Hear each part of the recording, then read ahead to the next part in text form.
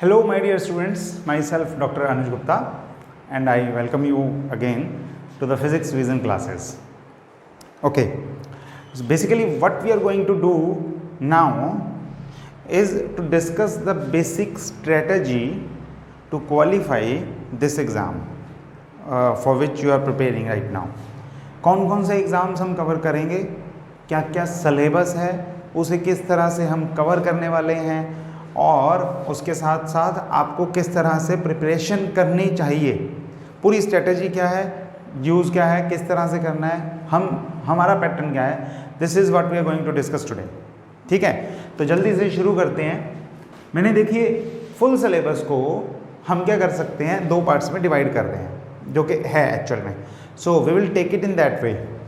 पूरे को मैंने क्या किया, एक ग्रेजुएशन बेसिस पे जो सिलेबस है, मास्टर्स का काम नहीं इन्वॉल्व उसमें, और दूसरा पोस्ट ग्रेजुएशन के बेसिस पे जो सिलेबस है, जो वहाँ से सिलेबस आया हुआ है.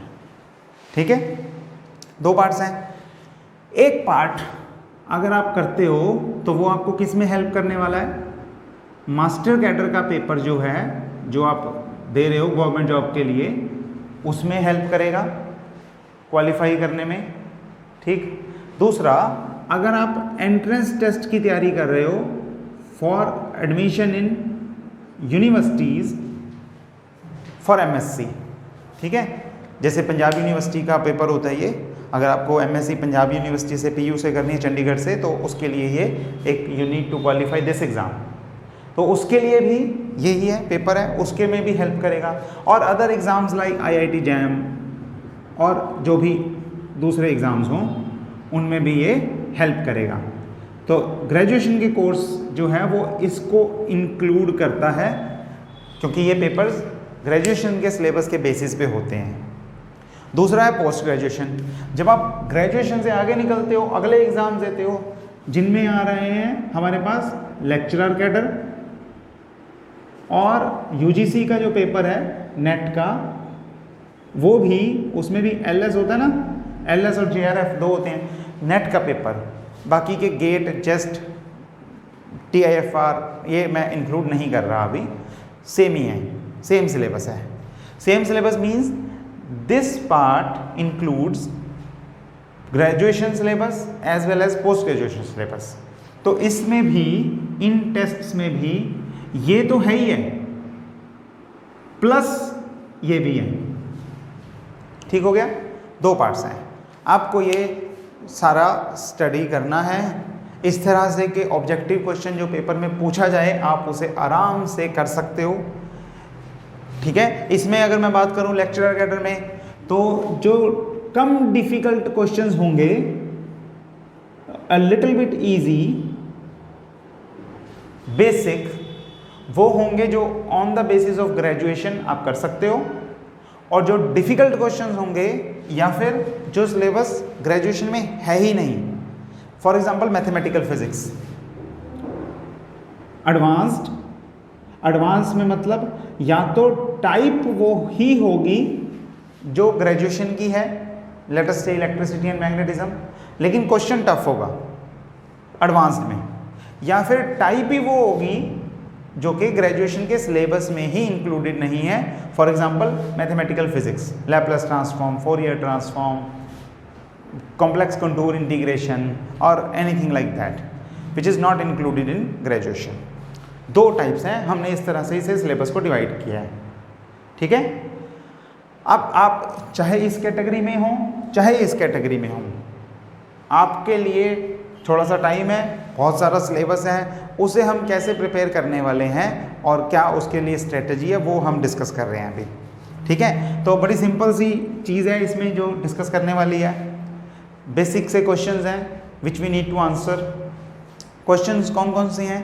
First is, do we all have the same speed to do some work. आप सभी के सभी एक दिन में उतना ही काम कर सकते हो, जितना एक कर सकता है उतना बाकी भी कर सकते हैं, ना कम ना ज़्यादा. होता है ऐसा? तो फर्स्ट पॉइंट जो हम डील करने वाले हैं वो है स्पीड, सेल्फ पेस. ओके. दूसरा, do we all have the same comfort और डिसकंफर्ट जोन? मतलब सभी को क्लासिकल मैकेनिक्स आसान लगती है और क्वांटम मैकेनिक्स डिफिकल्ट लगती है, या सभी को क्वांटम मैकेनिक्स आसान लगती है, मैथमेटिकल फिजिक्स डिफिकल्ट लगती है? Do we all have the same interest? Answer is no, है ना? तो कंफर्ट और डिस्कंफर्ट जोन, ये भी एक पॉइंट है जो आपको कंसीडर करना होता है, ठीक?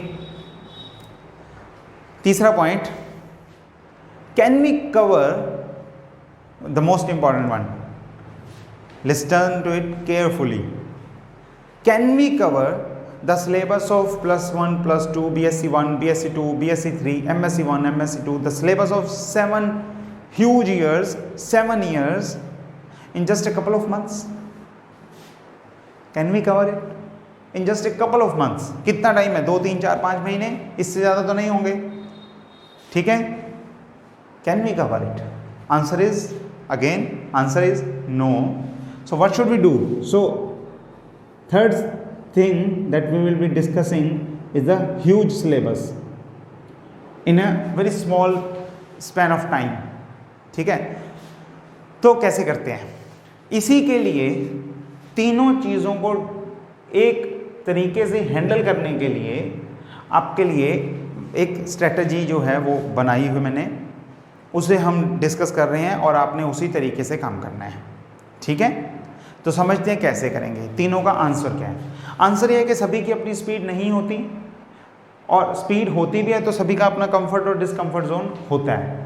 फॉर एग्जांपल, हो सकता है आप क्लासिकल, एक जो स्टूडेंट है वो क्लासिकल मैकेनिक्स की बुक 1 हफ्ते में कर दे, और क्वांटम मैकेनिक्स उसे नहीं आती तो उस पर वो 3-4 हफ्ते लगाना पसंद करें, ठीक है?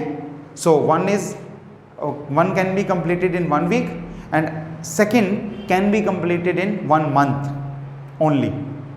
और दूसरा स्टूडेंट, उसके लिए ऑपोजिट हो सकता है, उसके लिए हो सकता है उसका कंफर्ट जोन क्वांटम मैकेनिक्स हो और डिसकंफर्ट जोन क्लासिकल मैकेनिक्स हो, तो वो क्वांटम मैकेनिक्स को 1 हफ्ते में करेगा and he or she will be needing at least 1 month to cover the classical mechanics, है ना?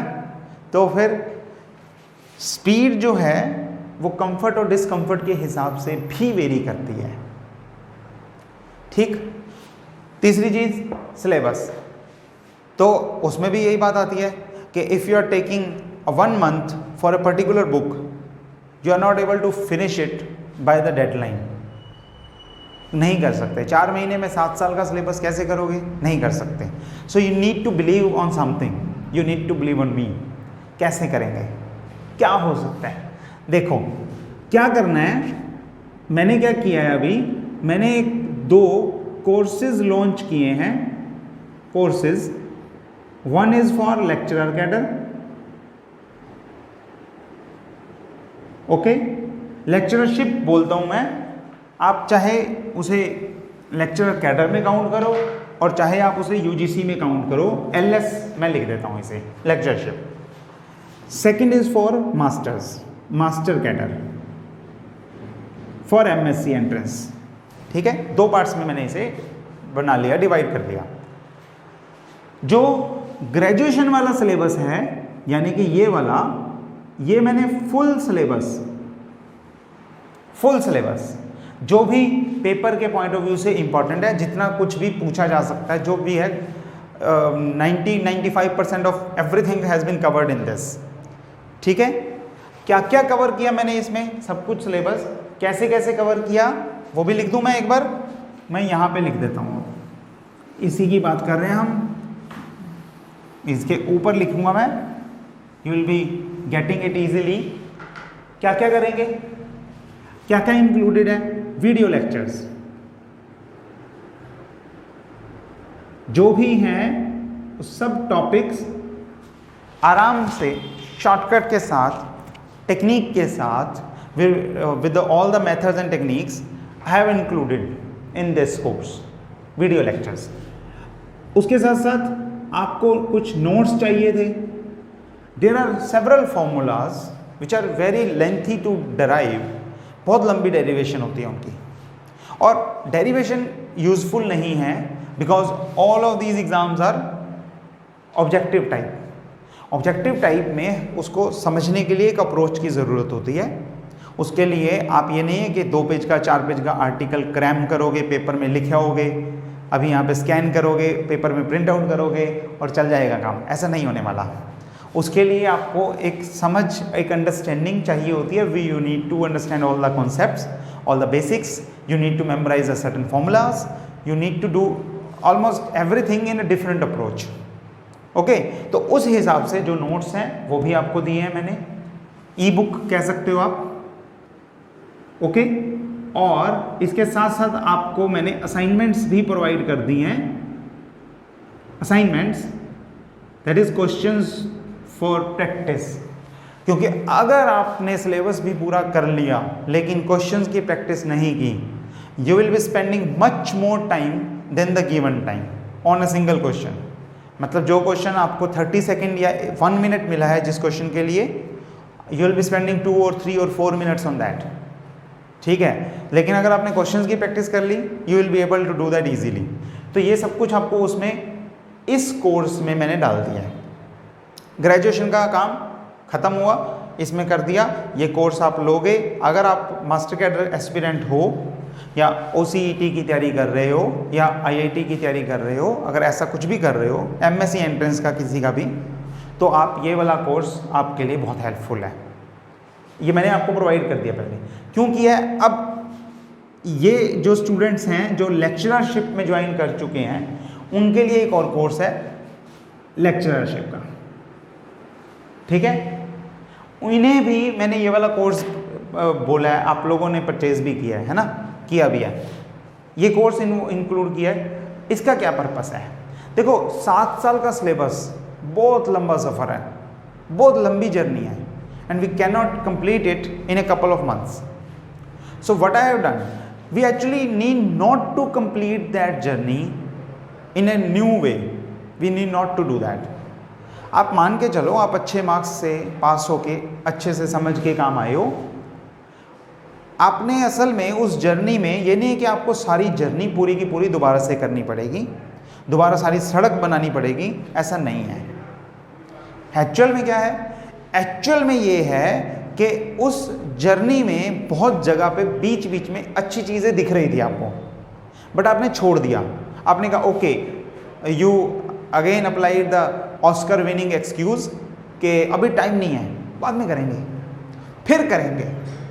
ओके, सो आपने ये एक्सक्यूज़ बनाया, टाइम नहीं है, टाइम कम है, अभी तो बहुत काम है, बाद में कर लेंगे, फिर कर लेंगे टाइप। फिर कभी नहीं आया वो। फिर पता है कब आता है? वो फिर आता है पेपर में। क्योंकि इन एग्ज़ाम्स में लाइक UGC नेट और लेक्चरर कैडर और any exam like that, competition के एग्ज़ाम्स में वो चीज़ें घुमा घुमा के पूछी गई होती हैं क्वेश्चंस की फॉर्म में, ऑब्जेक्टिव क्वेश्चंस की फॉर्म में, जो आप छोड़े आए हो यूजुअली। इसीलिए हमारा सक्सेस रेट बहुत कम है कि जो बच्चे 90% लेके मार्क्स क्लियर हुए होते हैं, वो ऑब्जेक्टिव पेपर में 30% लेके बैठे होते हैं, वो उनसे पेपर नहीं क्वालिफाई होता 3, 4, 5, 10 अटैम्प्ट्स में भी। और make sure I have qualified all these exams और number of times. UGC NET like all India rank 10 ऐसे क्लियर किए हैं, और इतने डिफ़िकल्ट नहीं है, आसान है। ठीक है, ऑल इंडिया रैंक 10 अगर मैं लेके आराम से बोल सकता हूँ without taking any coaching for that, आराम से किया, बिल्कुल चीज़ों को समझ के किया और वो हो गया। माय स्टूडेंट्स रिसेंटली जो पिछले मास्टर कैडर के बैच में थे, we have more than 50% success rate. Means जितने बैच में थे उसके आधे से ज़्यादा फाइनल जॉब लग चुके हैं मास्टर कैडर की। सो मेक श्योर वो कर सकते हैं, मैं कर सकता हूँ, आप लोग भी कर सकते हो। It's not that much difficult, लेकिन फिर भी इतना सक्सेस रेट कम है। क्यों? क्योंकि बहुत सारे स्टूडेंट्स वो चीज़ें छोड़ के आए हैं और वो छोड़ के ही पेपर में चले जाते हैं, और उन्हें क्लियर करना, उन्हें अंडरस्टैंडिंग बनाना उनकी, that is a skill in itself. ठीक है, तो यहाँ पे वो स्किल पक्का करना है हमने। लेक्चरर के लिए तैयारी करने के लिए आपको हमें क्या करना है, पूरी सड़क नहीं चलनी है, हमें क्या करना है, वो सड़क के बीच बीच में जो पैचेस हैं वो भरने हैं, जो जो चीज़ें छोड़ के आए हुए हो आप वो पकड़ पकड़ के वो क्लियर करनी है, या जिस चीज़ को आपने किया था लेकिन आपका पर्सपेक्टिव दूसरा था उस चीज़ को थोड़ा सा घुमा के करना है। फॉर एग्जाम्पल आपने पढ़ा हुआ है time period of a simple pendulum. मैं बड़ी सिंपल एग्जांपल है, ये अक्सर लेता हूं, मैं यही एग्जांपल देता हूं स्टूडेंट्स को।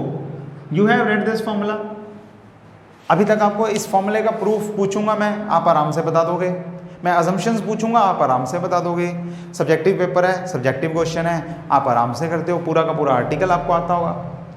लेकिन ऑब्जेक्टिव पेपर में क्या होगा, ऑब्जेक्टिव पेपर में this will not be asked in the direct manner कि बताओ जी लेंथ दी हुई है, टाइम पीरियड निकाल लो, it's based upon the simple calculation.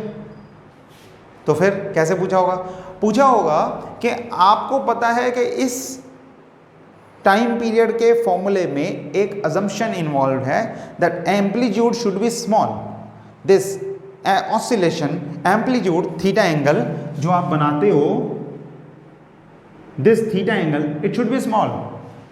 Question is कि अगर इस एंगल को बड़ा कर दिया जाए तो टाइम पीरियड पे क्या फर्क पड़ेगा, ये क्वेश्चन घुमा के पूछा जाता है। इस तरह से क्वेश्चंस पूछे जाते हैं। तो चाहे वो आपने काम किया हुआ है और आपने उसे उस तरीके से नहीं सोचा, और या फिर आपने वो काम ही नहीं किया, आपने वो टॉपिक ही छोड़ दिया था, उसमें से क्वेश्चन जो आना है वो तो आना ही है। तो दोनों चीज़ें हम कवर करते हैं, ये एस्पेक्ट्स हम कवर करते हैं इस दौरान इस कोचिंग में, ताकि हमें वो पूरा आर्टिकल नहीं ड्राइव करना।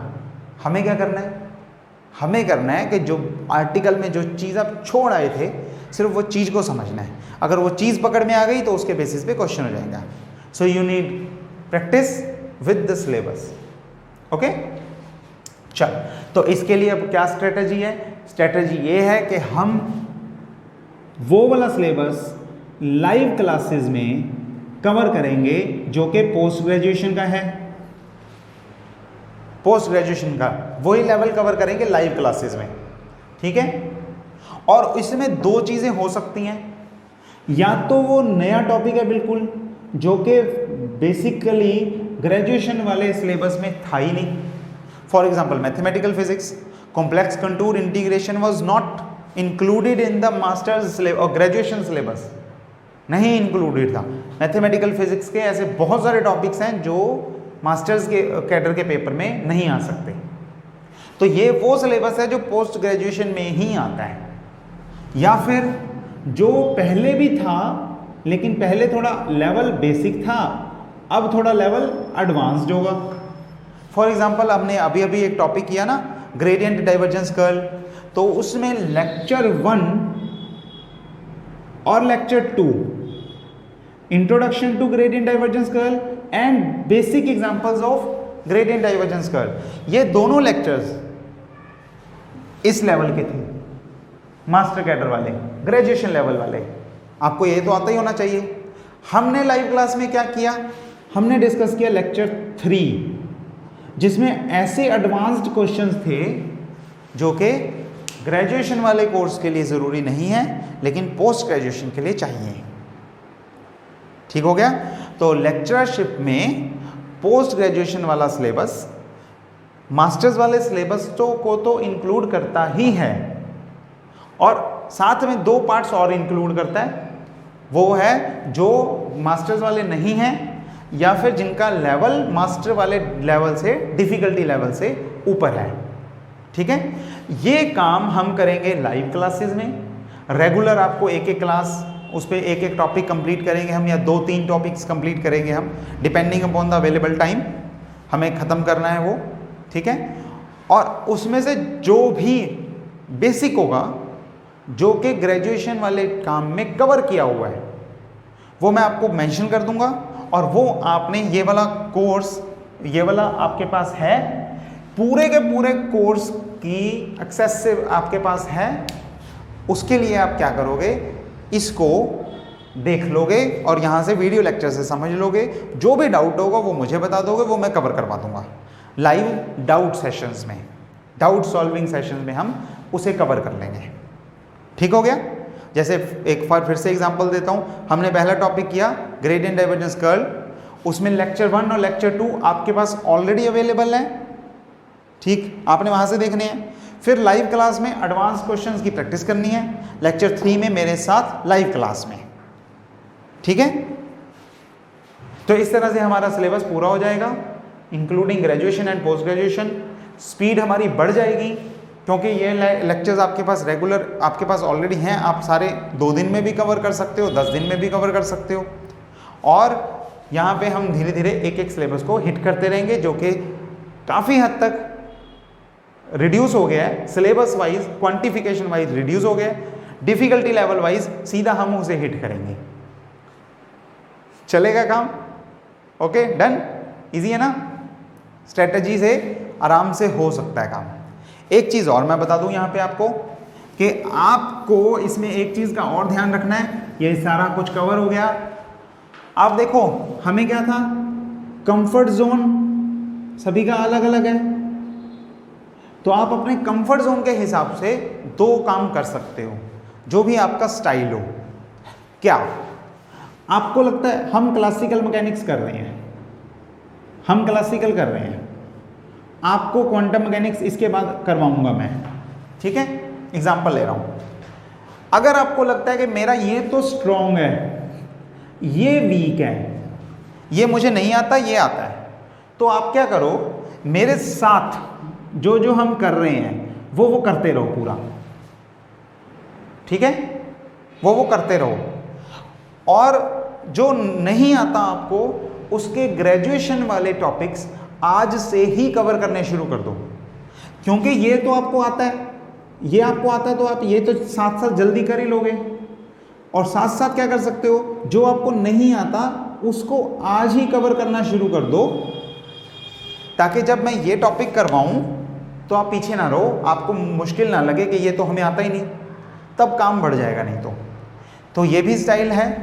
मेरे साथ जरूर चलना, regular, on time, with discipline, मेरे साथ चलते रहना।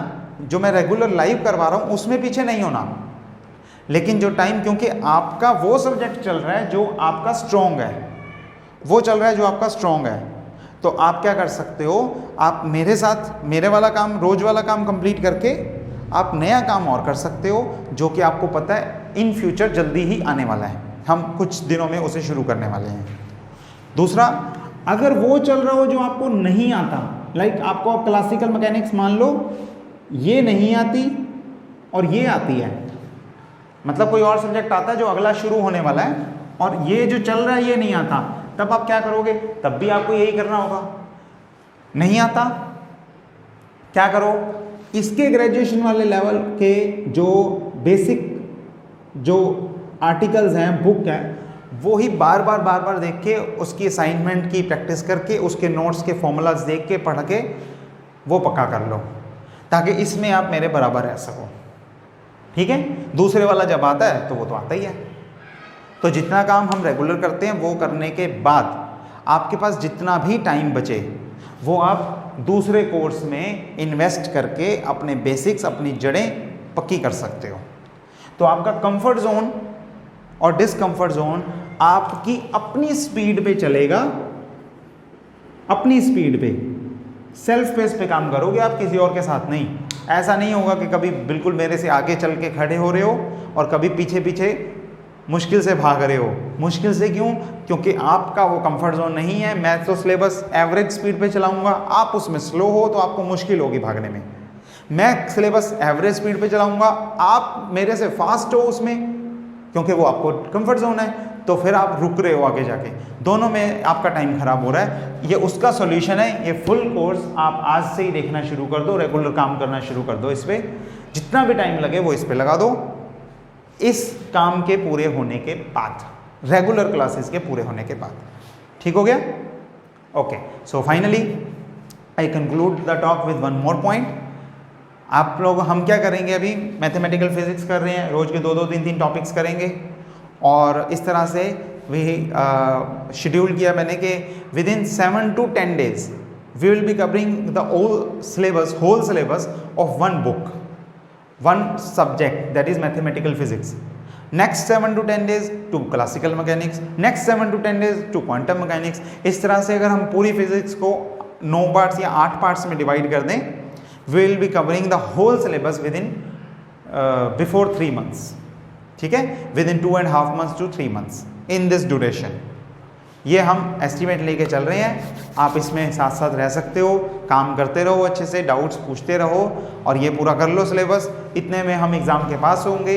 एग्ज़ाम की टाइमिंग के हिसाब से हम अपना स्पीड को कम या ज़्यादा कर लेंगे, that is not an issue. Revision में उतना ही टाइम लगेगा, टेस्ट देने होंगे, लाइव डाउट सेशंस होंगे, प्रैक्टिस करनी होगी, बहुत ज़्यादा बहुत काम है। ठीक, तो काम कम नहीं है। So keep preparing your self. One more important thing, अपने हार के डर को सक्सेस की खुशी से ऊपर मत आने देना। ऐसा कोई एक्सक्यूज़ मत बनाना माइंड में कि हमें तो करना ही नहीं है, मुश्किल है, सीट्स ही नहीं है, क्या करना है क्लियर करके, सब एक्सक्यूजेज हैं। मेन बात यह है, if you can do it just do it. कर्म करो, फल की चिंता मत करो, just do it, you will get your results, very good results. Mandatory है, मास्टर्स करके या बीएससी करके, आप ग्रेजुएशन करके अगर आप आज गवर्नमेंट जॉब ले रहे हो या और अपना लेवल बढ़ा रहे हो, ग्रो कर रहे हो लाइफ में, वो बहुत ज़रूरी है। पे आउट पक्का मिलेगा उसका आपको। ठीक है, चलो गुड लक, और हम क्लासेस में मिलते हैं नेक्स्ट। स्ट्रेटजी आपके सामने है पूरी, इस पूरी स्ट्रेटजी को समझ लो, उसके हिसाब से इम्प्लीमेंट करना शुरू कर दो आज से ही। Every single second is very important in itself, every single second. So हर दिन, हर मिनट, हर एक सेकेंड इंपॉर्टेंट है। टाइम वेस्ट मत करो, and by time waste I mean utilize your time in an appropriate direction. ठीक है, आज फिजिक्स करने का मन नहीं है, मैथ्स करने का मन है, डू इट, कोई बात नहीं। मूवी देखने का मन है, that just refreshes your mind, it's okay, do it, लेकिन डोंट वेस्ट योर टाइम। किसी और का काम आ गया करने को, कर दो, कोई प्रॉब्लम नहीं है। डोंट वेस्ट योर टाइम से मतलब जस्ट लेटे हुए हैं, ऐसे ही बैठे हैं जी, रेस्ट कर रहे हैं, कितनी देर के लिए, कई घंटों के लिए। मूवी देखने लगे तो मूवी एक देख ली, दो देख ली, फिर लगे हुए हैं कि चलो क्या करें, अब ये भी थोड़ा सा देख लेते हैं। That is a wastage of time. Do it in a limit. Time schedule बनाओ कि मैंने इतने घंटे काम करना ही करना है, बाकी का टाइम जो है वो मैं देखता हूँ अपने माइंड को कैसे रिलैक्स करना है, अपनी बॉडी को कैसे फ्रेश करना है, रिफ्रेश करना है, वो सब चीज़ें वो भी ज़रूरी हैं। फिजिकल एक्टिविटी भी ज़रूरी है, प्रिकॉशंस भी ज़रूरी हैं, और ट्रीटमेंट भी ज़रूरी है। तो सबके साथ काम करते रहो, ध्यान से स्ट्रेटेजिकली चलो, सही डायरेक्शन में प्लान आउट करके वर्कआउट करोगे, definitely it will work out for you, give you the outcome, proper desirable जो आउटकम है वो मिलेगी। ठीक है, सो गुड लक, मिलते हैं हम अगली क्लास में। ठीक है।